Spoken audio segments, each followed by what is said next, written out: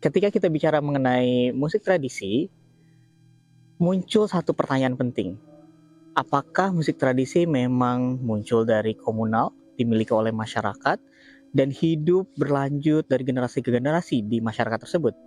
Ataukah musik bisa dibuat melalui kebijakan-kebijakan politik dari penguasa? Nah, hal-hal tersebut memancing Muhammad Amin untuk menulis buku yang berjudul Musik Itu Politik. Dan di buku ini, Muhammad Amin sangat detail merangkum bagaimana kebijakan-kebijakan politik itu bisa merubah keberlanjutan dari musik tradisi, khususnya musik tradisi Kakula yang dibahas sebagai studi kasus dalam buku ini.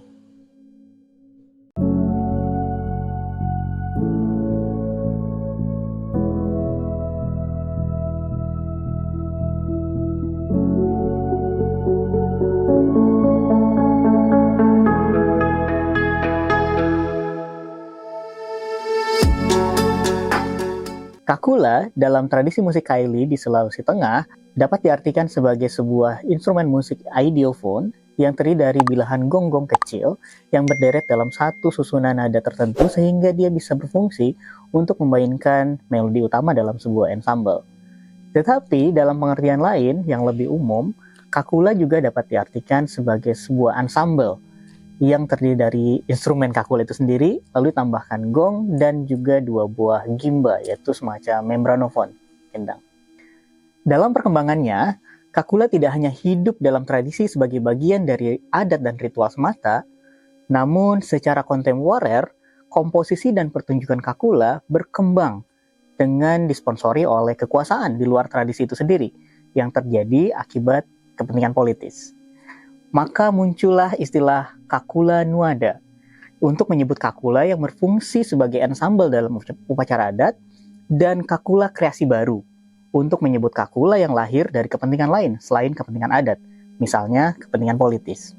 Contoh dari ensemble musik kreasi baru ini misalnya, permintaan pemerintah untuk memainkan musik tradisi dalam acara-acara penyambutan pejabat daerah atau penampilan di tempat umum yang tidak terkait dengan upacara adat, atau bahkan pertunjukan musik pop yang diaransemen dalam pertunjukan musik tradisi.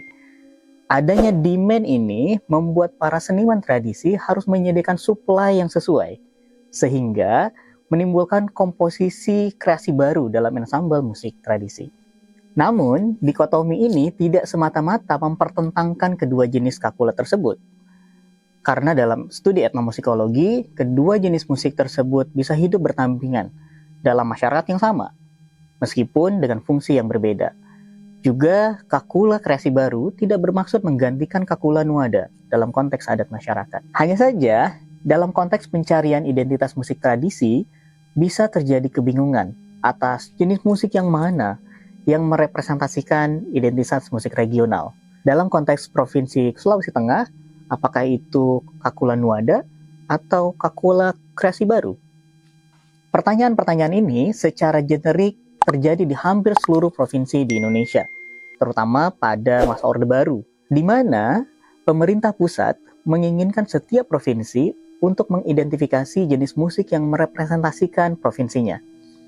Inisiatif politis ini kemudian sering disebut sebagai pencarian musik tradisi Indonesia. Meskipun dalam pandangan saya, pencarian identitas musik tradisi tidak secara langsung berhubungan dengan pembagian wilayah provinsi yang secara politis. Karena batas wilayah budaya itu melampaui batas administratif provinsi. Nah, dalam buku ini, Muhammad Amin secara rinci memandang bahwa keberlanjutan musik tradisi bisa didorong oleh dua kekuatan. Kekuatan internal dari masyarakat itu sendiri dan semua inovator di dalamnya, dan kekuatan eksternal dari kebijakan politik budaya yang diinisiasi oleh pemerintah. Kedua dorongan ini, dalam kasus musik kakula, bisa secara resiprokal saling mendukung dan menguntungkan. Di satu sisi, tetap menjaga nilai-nilai budaya, di sisi lain, melahirkan komposisi dan pertunjukan musik yang lebih terbuka dan bernafaskan inovasi. Karena pada dasarnya, musik bukanlah entitas yang statis, namun dia dinamis, berkembang mengikuti sistem ide dalam konteks ruang dan waktu pemiliknya. Saya Irfas, terima kasih banyak.